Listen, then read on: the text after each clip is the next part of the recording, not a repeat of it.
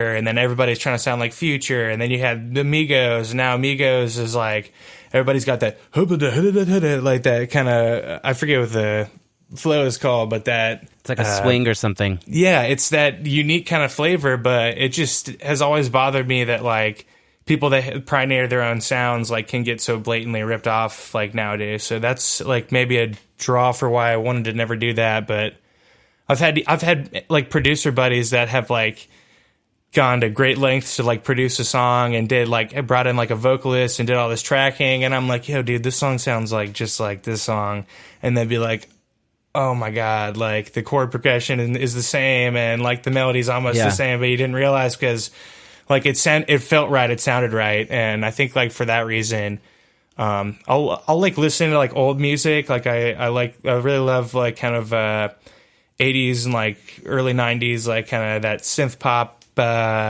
dance track, and God, like, and not the night another dream, but always you. But it's like that dip, dip, dip, dip, dip, dip, dip. But it's like, I think if I reach back in time, like for inspiration, it's like paying tribute to people, and also it's not like one other fucking drop in the bucket of like people trying to sound the same, and you know, and it's like people have their like singles and stuff, or their like hit song, and then they'll have like a successful career, and then other people will just be like, they have that like one single that sounds exactly like that other artist's song, but they won't have another song because they're not really bringing anything to the table that's like novel. They're just trying to bounce off somebody else's idea or whatever, ride their coattails, you know. Totally. So like being unique and trying to have your own voice is like really important to you as an artist. Yeah, I don't want to say. I if people tell me that, oh, you kind of sound like this person, I take it as a compliment usually, but also like, have I been subconsciously in some way trying to emulate that person more than I like wanted to, and you know, it just kind of makes me take a step back every time and be like, is this how I want to do it, or is this like what feels right because of what I like, you know, and just kind of more room for tinkering, I guess, at the end of the day. Word. So tell me about your workflow. How does that work? Like when you're composing a song, is the production part of the songwriting process, or does it come after, or like how do you go about doing the whole thing? Well, normally, and it's kind of tough, and this is like, it's back when I was working with Superbia, we had other producers that were working with us because, like I said, like hip hop production at the time wasn't really like a particularly strong suit for me. But we had like, when we would play shows, we'd have people come up to us and be like, hey, like I make beats, like let me send you some tracks or whatever. And I love hearing a track I haven't heard before and kind of organically going in on the vocals with that.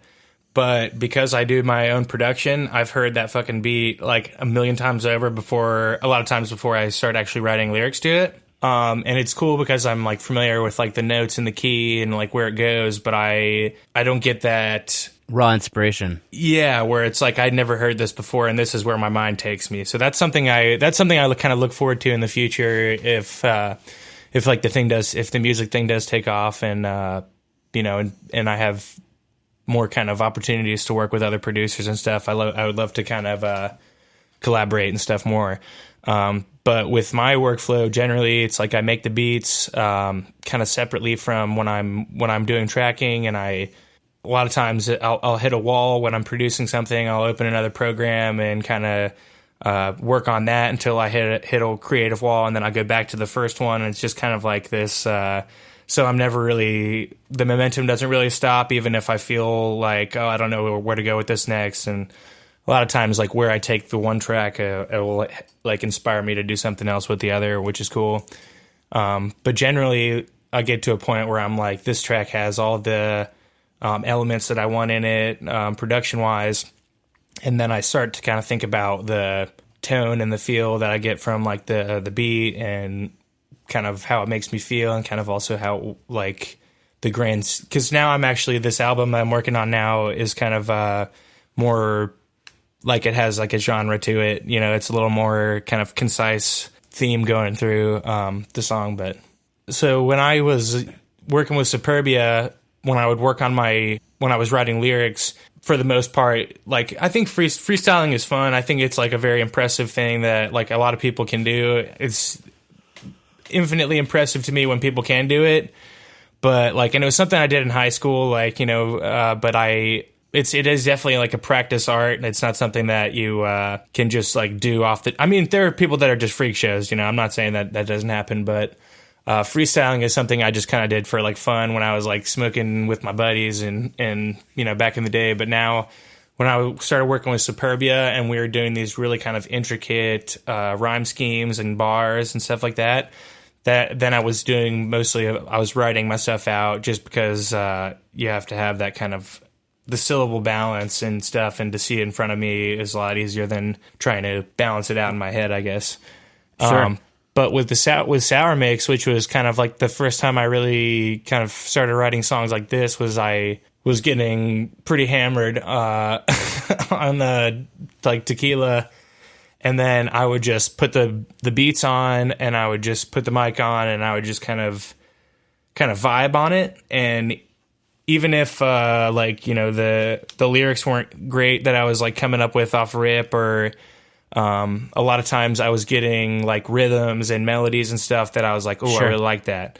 And then you kind of go back in and you listen to it, and I would kind of refine it and take out things I didn't like, but kind of add and embellish like the things I did. And then you just kind of go in and tighten up your lyrics, and if there's any rhythmic issues that are off, I kind of do that. And then after that, I would lay some harms down, and then kind of go in and put some effects on there, make stuff more floaty, and kind of tinkering at the end, which is, I feel like, takes so much longer than actually writing or producing the song ever took me. It was just kind of going in there and being like, like I need this to duck a little bit sooner. Like I need this to be a little bit brighter. Like this bass is coming through too hard. Like this, vocal sounds very tinny. Like I probably need to retrack it. It's stuff like that makes you crazy neurotic. And that's why with Sour Mix, like it took me, I want to say probably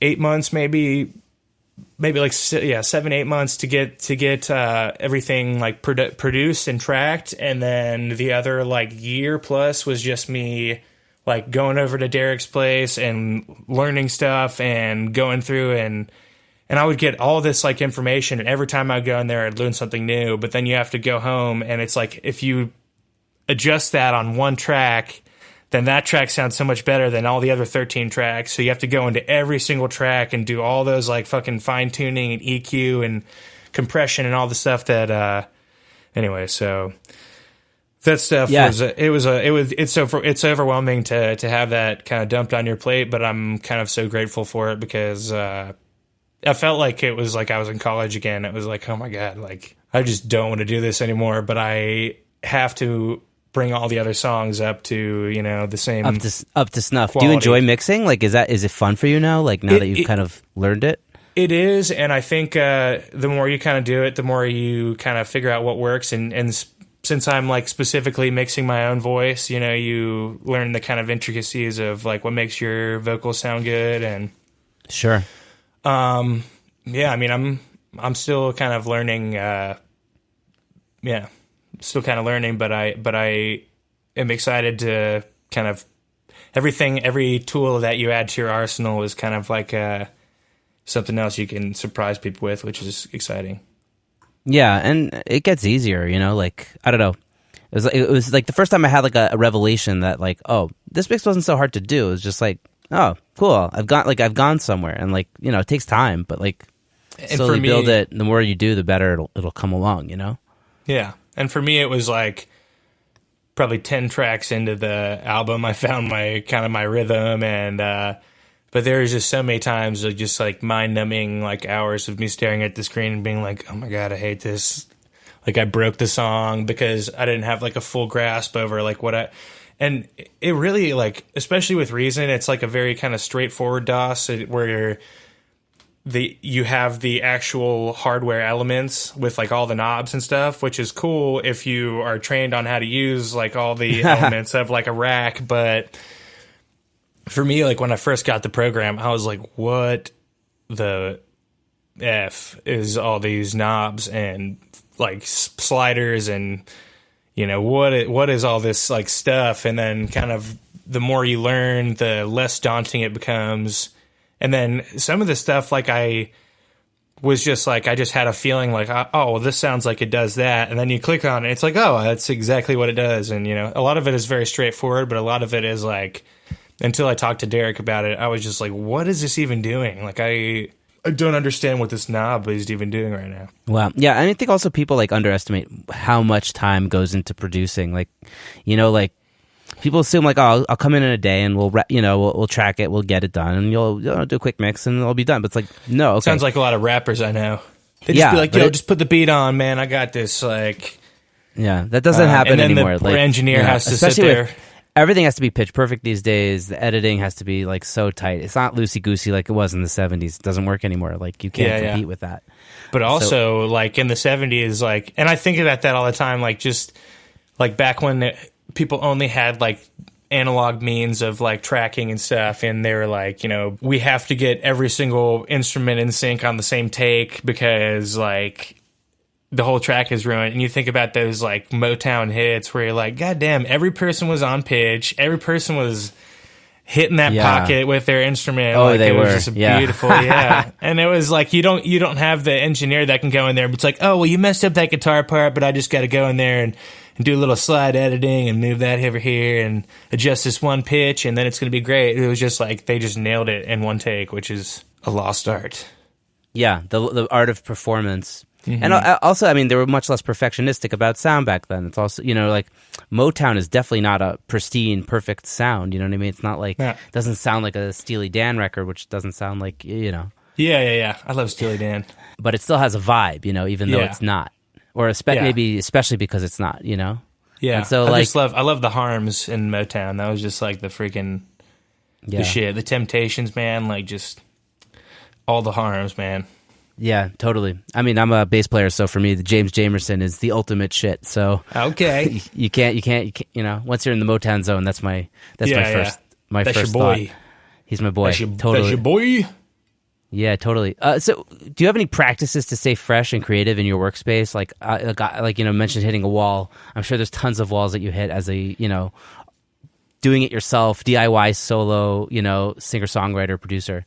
Yeah, I think definitely like in the last few years, like, you know, because I think a lot of artists deal with like depression. A lot of people deal with depression, but I think one of the things that was an issue for me working on Sour Mix is like I had all this kind of vulnerable subject matter that I was just kind of like, I was just like a wounded animal at the time, and like, you know, wasn't answering my phone. I was just like a freaking baby, but a big drunk baby. And like, you don't let there was so much creativity that came from like the pain I was feeling at the time.